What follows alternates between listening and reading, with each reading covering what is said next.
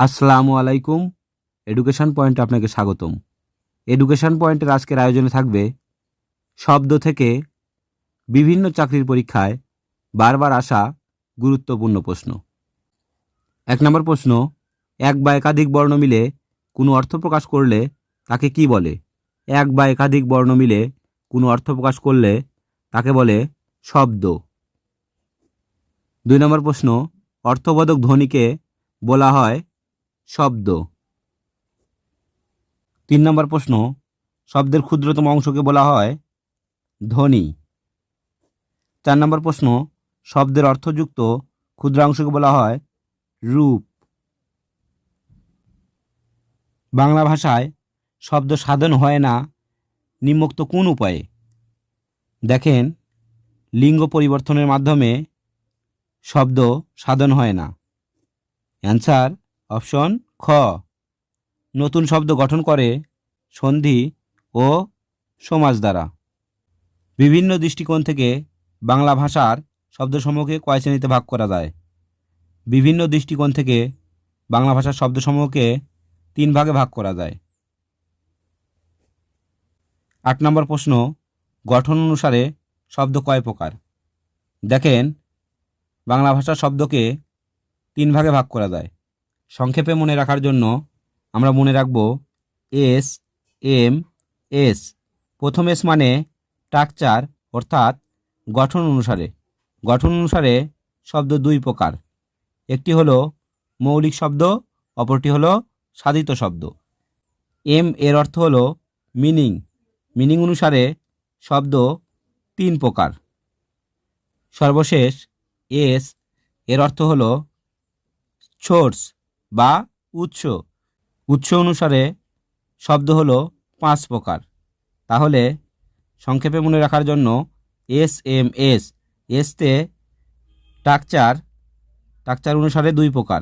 এমতে meaning অর্থাৎ অর্থ অনুসারে 3 প্রকার এবং শেষের এসতে সোর্স অর্থাৎ উৎস অনুসারে শব্দ হলো 5 প্রকার।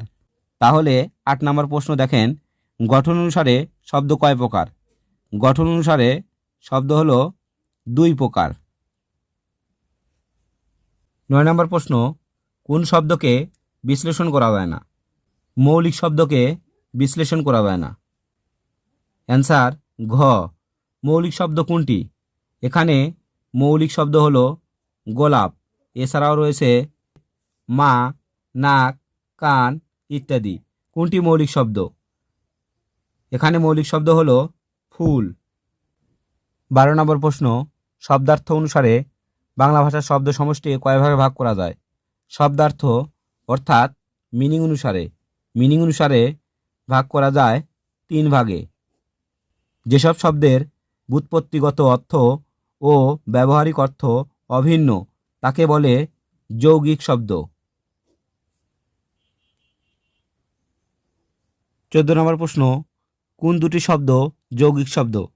এখানে যৌগিক শব্দ হলো গায়ক এবং বাবুয়ানা। অ্যান্সার খ। মিতালি কোন প্রকৃতির শব্দ? মিতালি হলো একটি যৌগিক শব্দ। যেসব শব্দ মূল অর্থ প্রকাশ না করে অন্য বিশিষ্ট অর্থ প্রকাশ করে তাকে বলে রূঢ়ি শব্দ। 17 নম্বর প্রশ্ন, সন্দেশ কোন শ্রেণীর শব্দ? অথবা সন্দেশ অর্থগত দিক থেকে কোন শ্রেণীর শব্দ? সন্দেশ হলো রূঢ়ি শব্দ। কোনটি যোগরূঢ় শব্দ? এখানে যোগরূঢ় শব্দ হলো পঙ্কজ। এছাড়াও রয়েছে রাজপুত্র, মহাযাত্রা, জলদি ইত্যাদি। 19 নম্বর প্রশ্ন, যোগরূঢ় শব্দের উদাহরণ কোনটি? যোগরূঢ় শব্দের উদাহরণ হলো জলদ। 20 নম্বর প্রশ্ন, চাঁদ প্লাস মুখ কোন ধরনের শব্দ? চাঁদ প্লাস মুখ হলো সাধিত শব্দ। সুহৃদ কি ধরনের শব্দ? সুহৃদ এটি একটি যোগরূঢ় শব্দ। কোনটি সাধিত শব্দ নয়? এখানে সাধিত শব্দ নয় গোলাপ, কেননা গোলাপ একটি মৌলিক শব্দ। কোনটি মৌলিক শব্দ? এখানে মৌলিক শব্দ হলো গোলাপ। কোনটি রুঢ়ি শব্দ? অপশনগুলোর মধ্যে রুঢ়ি শব্দ হলো প্রবীণ। এছাড়াও রয়েছে হস্তি, গবেষণা, বাঁশি, তৈল, প্রবীণ, সন্দেশ, এগুলো রুঢ়ি শব্দ। যোগরূঢ় শব্দ কোনটি? এখানে যোগরূঢ় শব্দ হলো জলদি। নিচের কোনটি যোগরূঢ় শব্দ? যোগরূঢ় শব্দ তুরঙ্গম। এছাড়াও রয়েছে পঙ্কজ, রাজপুত্র, মহাযাত্রা, জলদি, এগুলো যোগরূঢ় শব্দ। অর্থ অনুসারে হরিণ কোন ধরনের শব্দ? অর্থ অনুসারে হরিণ একটি রুঢ়ি শব্দ। 28 নম্বর প্রশ্ন, মৌলিক শব্দ কোনটি? এখানে মৌলিক শব্দ কালো। দেখেন, যে শব্দকে ভেঙে বিশ্লেষণ করা যায় না তাকে বলে মৌলিক শব্দ। এখানে কালো শব্দকে কোনোভাবেই ভাঙা যায় না। 29 নম্বর প্রশ্ন, লাজুক কোন ধরনের শব্দ? লাজুক হলো যৌগিক শব্দ। কোনটি যৌগিক শব্দ? অপশনগুলোর মধ্যে দৌহিদ্র, এটি একটি যৌগিক শব্দ। অপরদিকে তৈল, এটি হলো যোগরূঢ় শব্দ, এবং মহাযাত্রা, এটিও হলো যোগরূঢ় শব্দ। নিচের কোনটি যৌগিক শব্দ? অপশন কতে রয়েছে হস্তি। হস্তি একটি রুঢ়ি শব্দ। গবেষণা, এটি একটি রুঢ়ি শব্দ। পঙ্কজ, এটি একটি যোগরূঢ় শব্দ। তাহলে এখানে যৌগিক শব্দ কোনোটিই নয়। নিচের কোনটি মৌলিক শব্দ নয়? মৌলিক শব্দ নয় গায়ক। অপরদিকে গোলাপ, হাত, ফুল, এগুলো হচ্ছে মৌলিক শব্দ। বলকযুক্ত শব্দের উদাহরণ কোনটি?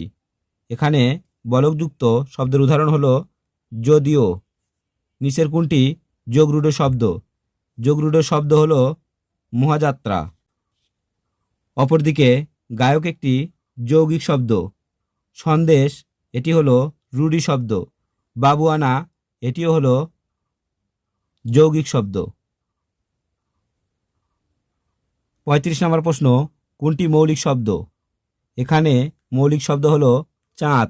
চাঁদকে ভেঙে বিশ্লেষণ করা যায় না, তাই এটি মৌলিক শব্দ।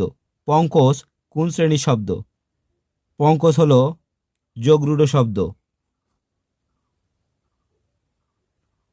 মিসিং 35 নম্বর প্রশ্ন, কোনটি মৌলিক শব্দ? এখানে মৌলিক শব্দ মা। তাহলে পঙ্কজ হলো যোগরূঢ় শব্দ। নিচের কোনটি যৌগিক শব্দ?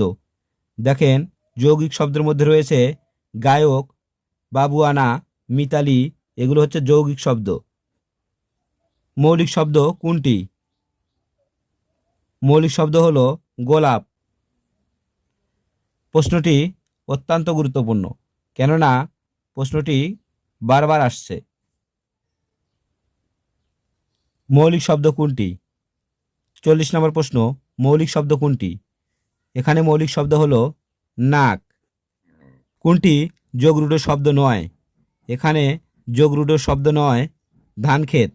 অপরদিকে মহাযাত্রা, পঙ্কজ, রাজপুত্র, এগুলো সব যোগরূঢ় শব্দ। আজ এ পর্যন্তই। আশা করি সম্পূর্ণ ভিডিওটি দেখলে ইনশাআল্লাহ উপকৃত হবেন। আসসালামু আলাইকুম।